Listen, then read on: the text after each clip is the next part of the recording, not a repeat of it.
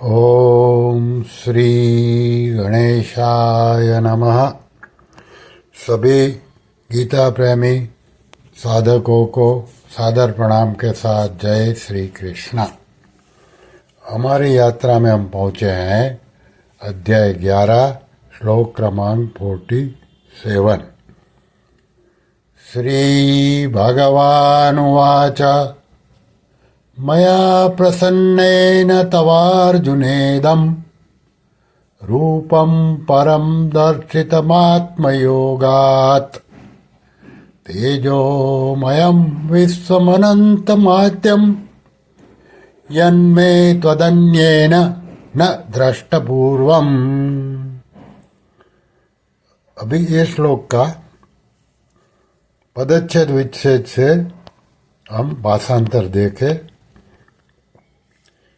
श्री भगवान उवाच अर्थात भगवान बोले, अर्जुन हे अर्जुन, मया मैंने प्रसन्नेन प्रसन्न होकर आत्मयोगात अर्थात अपनी सामर्थ्य से मैं अर्थात मेरा इदम अर्थात यह परम अर्थात अत्यंत श्रेष्ठ तेजोमय अर्थात तेजस्वरूप आद्यम अर्थात सबका आदि और अनंतम अर्थात अनंत विश्वम अर्थात विश्व रूपम अथवा रूप तव अर्थात तुझे दर्शितम अर्थात दिखाया है यत अर्थात जिसको त्वदन्येन अर्थात तुम्हारे सिवाय न दृष्टपूर्वम पहले किसी ने नहीं देखा है।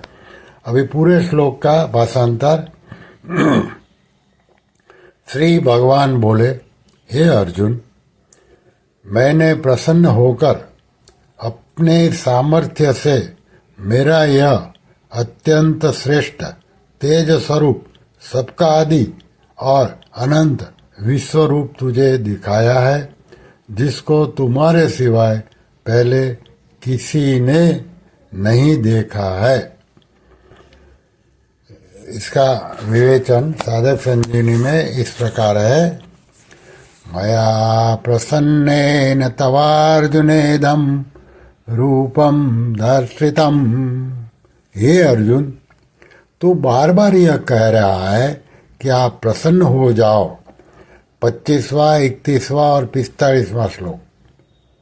तो प्यारे भैया, मैंने तो यह विराट रूप तुझे दिखाया है, उसमें विकराल रूप को देखकर तू भयभीत हो गया है, पर यह विकराल स्वरूप मैंने क्रोध में आकर या तुझे भयभीत करने के लिए नहीं दिखाया है। मैंने तो अपनी प्रसन्नता से ही यह विराट रूप तुझे दिखाया है। इसमें तेरी कोई योग्यता, पात्रता अथवा भक्ति कारण नहीं है। तुमने तो पहले केवल विभूति और योग को ही पूछा था। विभूति और योग का वर्णन करके मैंने अंत में कहा था कि तुझे जहाँ कहीं जो कुछ विलक्षणता दिखे वह वहाँ मेरी ही विभूति समझ। इस प्रकार तुम्हारे प्रश्न का उत्तर सम्यक प्रकार से मैंने दे ही दिया था, परंतु वहाँ मैंने अथवा पद से अपनी ही तरफ से यह बात कही कि तुझे बहुत जानने से क्या मतलब। देखने, सुनने, समझने में जो कुछ संसार आता है उस संपूर्ण संसार को मैं अपने किसी अंश में धारण करके स्थित हूँ। दूसरा भाव यह है कि तुझे मेरी विभूति और योग शक्ति को जानने की क्या जरूरत है, क्योंकि सब विभूतियाँ मेरी योग शक्ति के आश्रित है और उस योग शक्ति का आश्रय मैं स्वयं तेरे सामने बैठा हूँ। यह बात तो मैंने विशेष कृपा करके ही कही थी। इस बात को लेकर ही तेरी विश्वरूप दर्शन की इच्छा हुई और मैंने दिव्य चक्षु देकर तुझे विश्वरूप दिखाया। यह तो मेरी पूरी प्रसन्नता ही प्रसन्नता है, तात्पर्य है कि इस विश्व रूप को दिखाने में मेरी कृपा के सिवाय दूसरा कोई हेतु नहीं है। तेरी देखने की इच्छा तो निमित्त मात्र है। आगे भगवान कहते हैं आत्मयोगात, इस विराट रूप को देखने में मैंने किसी की सहायता नहीं ली, प्रत्युत केवल अपनी सामर्थ्य से ही मेरे को यह रूप दिखाया है। आगे परम, मेरा यह विराट रूप अत्यंत श्रेष्ठ है।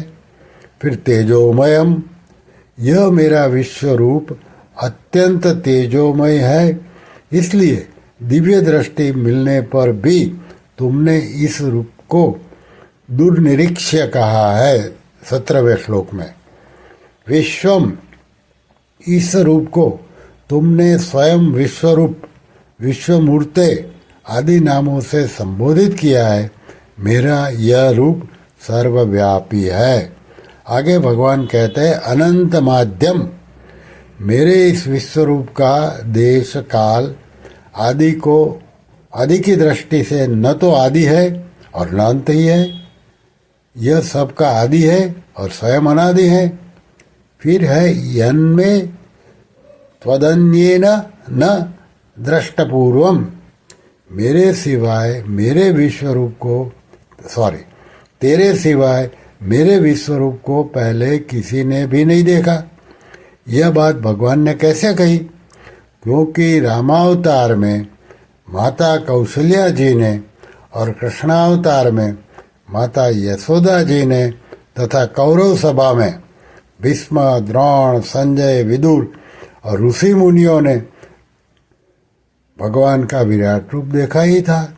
इसका उत्तर यह है, भगवान ने अपने विराट रूप के लिए जैसे 11 अध्याय के 48 श्लोक में पद आया है, एवं रूप पद देकर कहा है कि इस प्रकार के भयंकर विश्व रूप को, जिसके मुखों में बड़े बड़े योद्धा, सेनापति आदि जा रहे हैं, पहले किसी ने नहीं देखा है। दूसरी बात, अर्जुन के सामने युद्ध का मौका होने से ऐसा भयंकर विश्व रूप दिखाने की ही आवश्यकता थी और सूरवीर अर्जुन ही ऐसे रूप को देख सकते थे, परंतु माता कौशल्या आदि के सामने ऐसा रूप दिखाने की आवश्यकता भी नहीं थी और वे ऐसा रूप देख भी नहीं सकते थे, अर्थात उनमें ऐसा रूप देखने की सामर्थ्य भी नहीं थी।